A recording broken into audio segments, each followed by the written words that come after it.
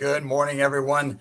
This is Professor Hill's a short video for our class, Introduction to Ethics Philosophy 2306 here at St. Philip's College for the Maymester of 2023. And it's Sunday morning, and I'm at St. Philip's because this is an intensive, short, concentrated 3-week class.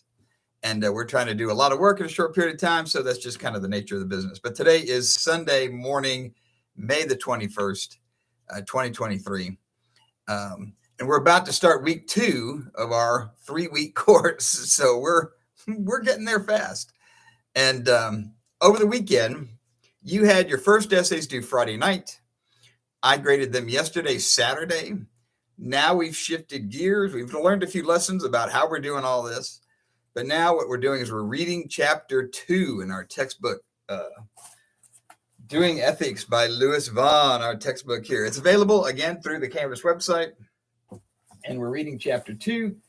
And so what I want to do this morning, because we have our next essay due tomorrow, Monday night.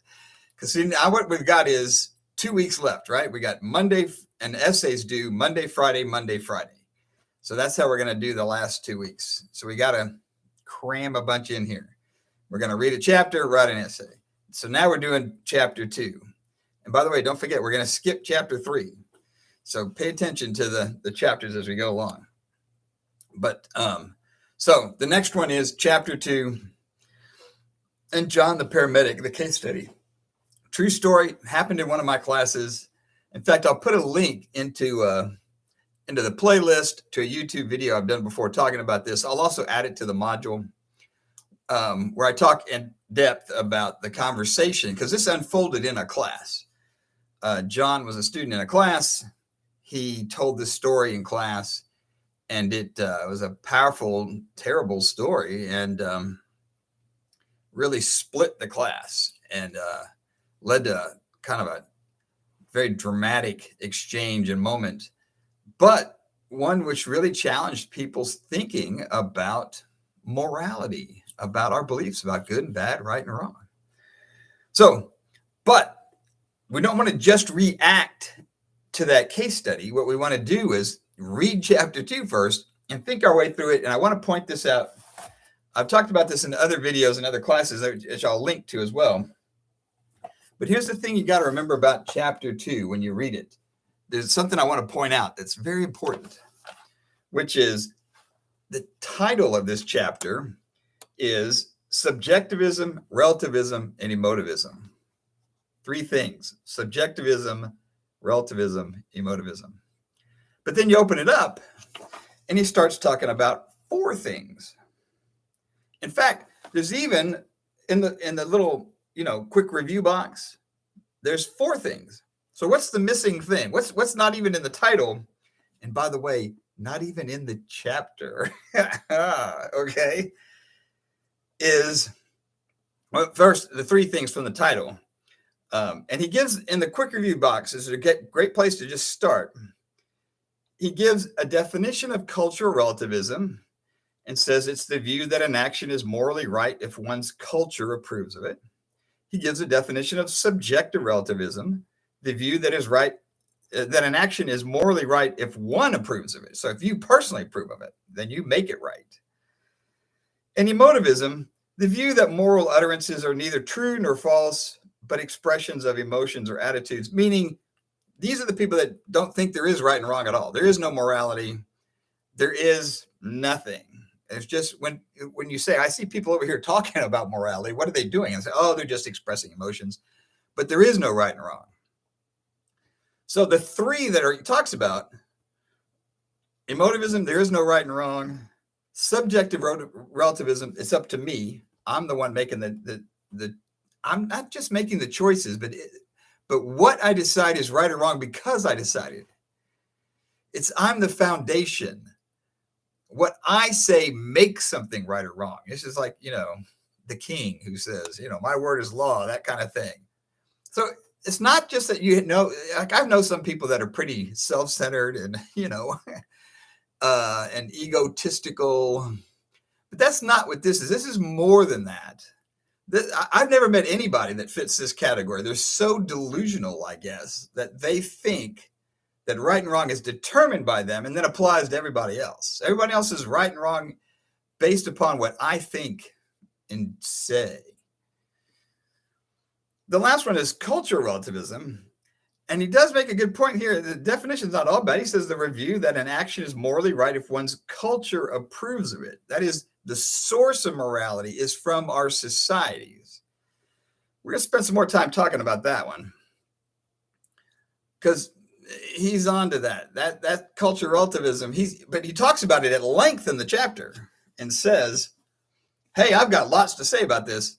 And by the way, it's all bad. The whole chapter is him tearing down those three things.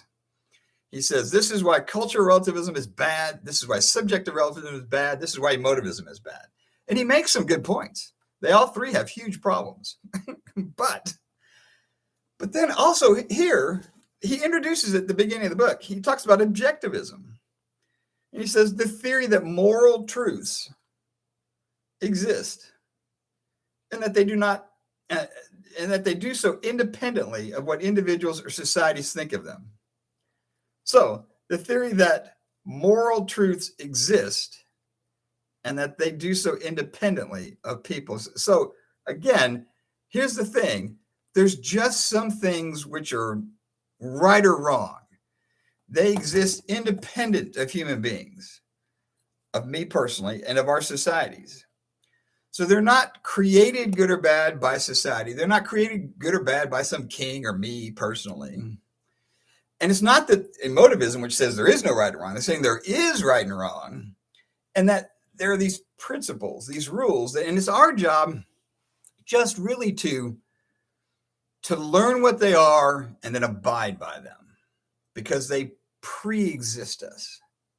And they apply, therefore, to everybody all the time, everywhere.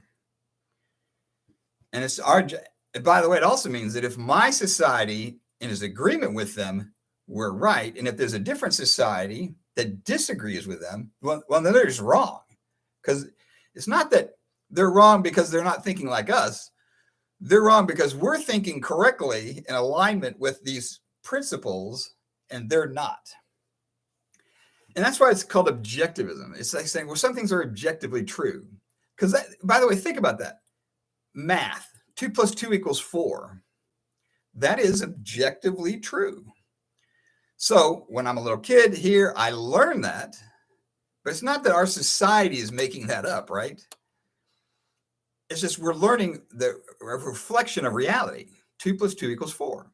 So if I go some other place, whether in my own country or a different country, and someone's saying, no, 2 + 2 = 36, I say, no, wait, stop. That's wrong. You shouldn't be teaching little kids that because that's actually not right. It's objectively true. Well, what objectivists, philosophers, moral ethicists want to say is, well, that's the way ethics works. Morality is like math and science. There are these objectively true things that we learn about, and then it's just our job to apply them and live by them, like we do with math and science, gravity, that kind of thing. So, but why didn't he talk about it? Why didn't he have it in the title of the chapter? Why is it that the only place he mentions it is here? And when you read through chapter 2, hey, look, there's a whole big section on cultural relativism. Lots to say about cultural relativism and why it's a terrible idea. So you keep going. There's like 6 full pages of this, but then you get to emotivism, and he's got lots of terrible things to say about emotivism as well. You get to, so here's the thing. Oh, I see how he's got to bring relativism is subjective. He starts with subjective relativism, says why that's a terrible idea. Goes to cultural relativism, says why that's a terrible idea, and then ends with emotivism and says why that's a terrible idea. So there's not a subsection here on objectivism. It's not in the title. There's not a section about why it's bad. And the reason is there is one place that he mentions it. And it's between these two subsections about the other things. And it's really just kind of one sentence where he comes back to it. And it's at the end of where he's talking about how cultural relativism is really bad. He says the crux of the matter is that cultural relativism does a poor job of explaining some important features of our moral experience. He's been talking for 6 pages about why it's a terrible idea. He gets to that. And then there's just this one sentence. A far better explanation of these features is that some form of moral objectivism is true. And then he goes on to talk about emotivism. That's the one sentence in this whole chapter where he comes back and talks about objectivism. The other ones, it's not like there's a list of pros and cons. It's just a list of all the cons. And it doesn't talk about objectivism and give you a list of pros and cons. It doesn't even say, give you a list of pros. He just says, it's true. And in fact, when you look at that little quick review box, even at the beginning of the chapter, this is crazy, but there's 4 definitions, right? That's the one place he also has objectivism where he defines it. With each of the 3, even in the quick review box, he has this little thing called implications. So here's the definition, and then the implication is why it's terrible. And he does that for cultural relativism, subjective relativism, emotivism, but not for objectivism. There is no little implications piece there. And why am I saying all this? I'm saying all this because you have to read chapter 2 with a grain of salt, because he's not describing these things. He's not teaching you about these things. He's selling you one of these things, and that's objectivism. So what he's doing is he's saying there's 4, 3 are terrible, 1's true, and that's all I'm going to say about it. I'm not going to try to explain it and outline it and defend it and give you examples. He just says, it's true, trust me, let's move on. So you got to keep that in mind as you read the chapter. Look, is he making some fair points about these other 3? Yeah, no doubt. They've got huge problems. Does he give a fair treatment to them? No, he really doesn't. So I want you to think about that as you're learning about not just the 3, but the 4.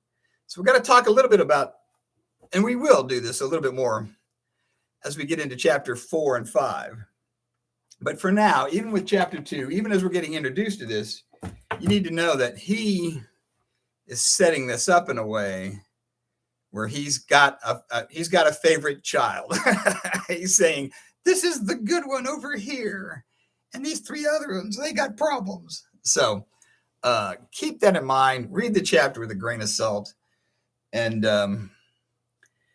again, think about all 4 of these things as you get to the case study, as you get to John the Paramedic. When you get to John and what he did, and you're trying to think about, is what he did right or wrong, and why, I want you to think about, okay, well, if I think what John did is wrong, why do I think that?